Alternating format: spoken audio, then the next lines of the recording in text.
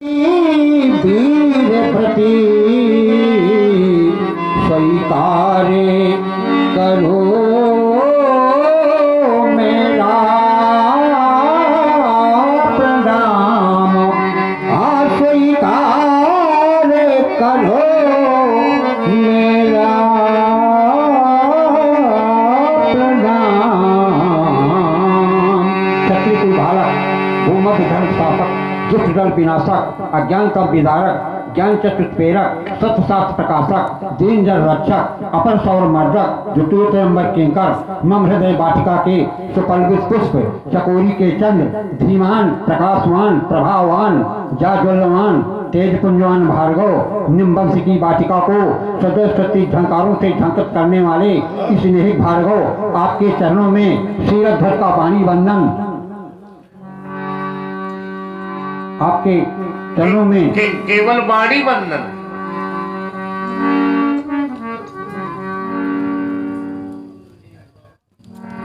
क्या केवल वाणी बंधन से अभिवादन आपका स्वीकार है?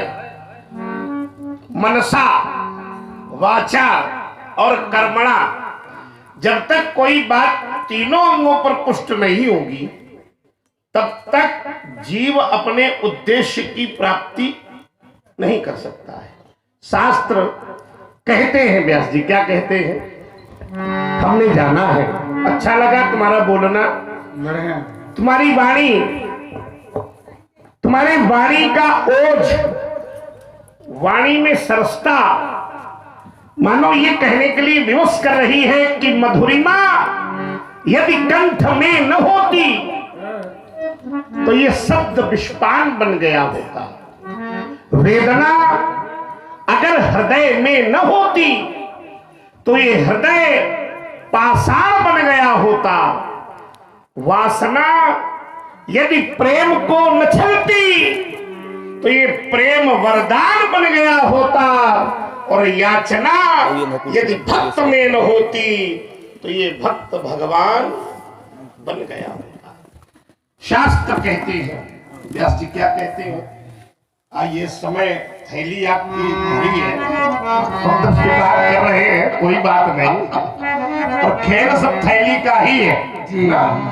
चलिए, शास्त्र कहते हैं, एक सिद्धांत मेरे हृदय पर आया, क्या कि जो परस्वार्थ में जीता है मैंने जाना है, और जो परस्वार्थ में मरता उसके हर आंसू यह रामायण, और उसकी हर बोली गीता है। सतत साहित्य साधक गंभीर तत्वान्वेषक भाषा भागीरथी के दिव्यावगाहक, अगर मैं कहूं कि पदवी आचार्यों में भी श्रेष्ठ है तो कोई अतिशयोक्ति नहीं होगी। कविकुल कुमुद कलाधर कविता कानन केशरी काव्याकाश, इस दिवाकर में तुम्हें सरस्वती की कृपा प्राप्त है, अगर मैं ऐसा भी कहूं तो कोई अतिशयोक्ति। किस वंश के हो? वंश कौन सा है तुम्हारा? अब हाँ, निमि वंश, अभी अभी तुमने बताया था। तो निमि वंश वास्तव में राजा निमि से निमि वंश पड़ा, तो निमि वंश का प्रादुर्भाव तो किसी वंश से हुआ होगा।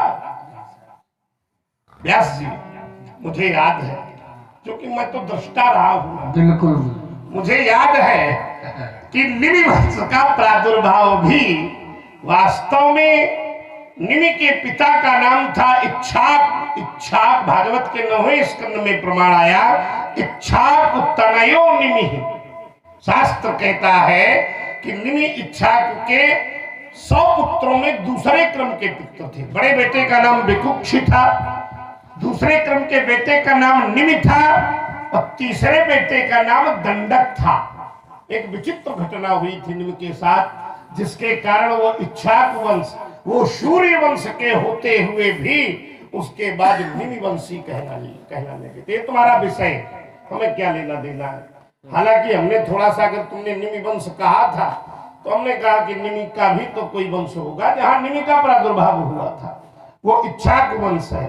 फिर प्रश्न हुआ कि इच्छाक का भी तो कोई वंश होगा, तो इच्छाक सूर्यवंशी है। व्यास जी आइए, जनक शब्द की गरिमा हमें क्या बताती है, आइए थोड़ी सी यात्रा प्रस्तावना के रूप में बनाते हुए। वास्तव में जनक का जीवन जल में जलज की भांति है। आप सभी लोग भाग्यशाली हो। किसी ने पूछा पंडित जी क्यों भाग्यशाली है, तो हमने कहा कि तुम्हें मानव शरीर मिला है इसलिए भाग्यशाली हो। बड़े भाग्य मानुष तन पावा सुर दुर्लभ सदग्रंथन। आइए, भागवत के तृतीय स्कंद में माता देवहूति को जिस समय भगवान कपिल शांत शास्त्र का उपदेश देते हैं तो जीव की यात्रा का वर्णन करते हैं। इस जीव की यात्रा माँ के गर्भ से शुरू होती है। याद करना मित्र, उस यात्रा से सब निकल कर आए हो, भले ही इस समय न याद हो। ये जीव माँ के गर्भ में उल्टा लटका होता है। एक और पित्त की थैली होती है, एक और मल की थैली होती है, और ये जीव बार बार भगवान से कहता है प्रभु मुझे इस नरक से निकाल, तेरी इतनी वंदना करूंगा कि दोबारा मुझे गर्भ में आना ही न पड़े। भगवान जीव की प्रार्थना सुनते हैं व्यास जी महाराज, और जीव को गर्भ से मुक्ति भी देते हैं, लेकिन परीक्षार्थक नियम से बांध देते हैं। भूमि परत भा ढावर पानी जिम जीव ही माया। माया से लिप्त जीव भगवान से गर्भ में किया गया वादा भूल बैठता है। प्रेम करना होता है भगवान से, लेकिन मित्र प्रेम कर बैठता है संसार से। संसार से प्रेम करने वाले अपने हृदय में झांक कर देखो कि यहाँ जितने लोग बैठे हैं ये भगवत प्रेमी है कि वास्तव में संसार प्रेमी है।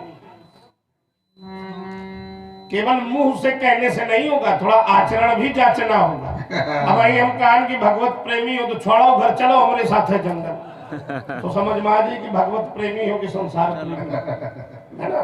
तो उसको वास्तविक निर्णय आपसे अच्छा आपके विषय में कोई नहीं ले सकता। बुरा जो देखन में चला बुरा न मिलया कोई, जब घर देखा अपना तो मुझसे बुरा। हमारे दीक्षित जी महाराज का बड़ा प्रयास रहा है। कहाँ है, बैठे हो, ठीक है। तो आइए एक प्रस्तावना के रूप में, अगर देखो रामलीला का उद्देश्य केवल मनोरंजन है तो हम भी अपना कर्तव्य करके चले जाएंगे, और अगर इस लीला से किसी एक व्यक्ति का हृदय भी परिवर्तित हो गया तो दीक्षित जी तुम्हारा परिश्रम सफल हो गया। आइए प्रयास कर रहा हूं, संसार से अगर वैराग्य हो जाए तो मानव जीवन पाने का उद्देश्य हो गया। ये संसार है क्या? अब आप बैठे हो तो चार पंक्तियां तो हम गा ही देंगे। क्या है संसार? आज हम बैठेंगे। हाँ बैठो यार, बैठो। क्या है संसार व्यास जी महाराज? शास्त्र कहते हैं 4 दिनों की, अरे 4 दिनों की। भाई साहब थोड़ा कृपा करे रहिए, यात्राएं रोज की है ना। 4 दिनों की अरे प्रीत जगत में 4 दिनों के नाते हैं, और पलकों के पर्दे पड़ते ही, पलकों के पर्दे पड़ते ही सब नाते मिट जाते हैं।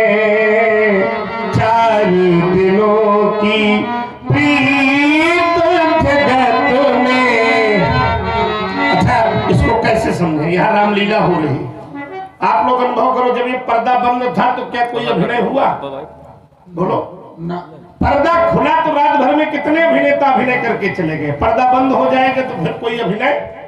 उसी प्रकार संसार भी एक रंगमंच है। जब तक नेत्र का पर्दा बंद था कोई अभिनय नहीं, और जिस दिन इस धरती पे नेत्र का पर्दा खुला तो इस जीव ने पुत्र का अभिनय किया, किसी ने पुत्री का अभिनय किया, किसी ने भाई का अभिनय किया, किसी ने बहन का अभिनय किया, किसी ने पति का अभिनय किया, किसी ने पत्नी का अभिनय किया। उसी जीव ने माता का अभिनय किया, किसी ने पिता का अभिनय किया, किसी ने बाबा का अभिनय किया, किसी ने दादी का अभिनय किया। और जिस दिन नेत्र का पर्दा बंद होगा रात भर तुम्हें घर में रखने को कोई तैयार क्या बात है। व्यास जी फिर शास्त्र कहते हैं कि जन समरत बहाया जिस पर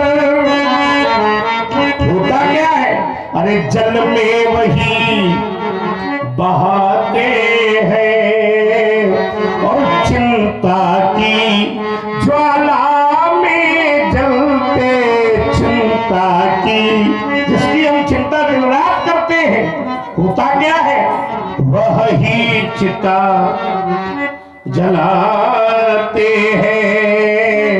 पलकों के पर्दे पड़ते ही सब नाते मिट। अगर कोई पूछे कि ये पंक्तियां हम संसार में कहां देखें, तो मैं कहूंगा कि जनक का जीवन था।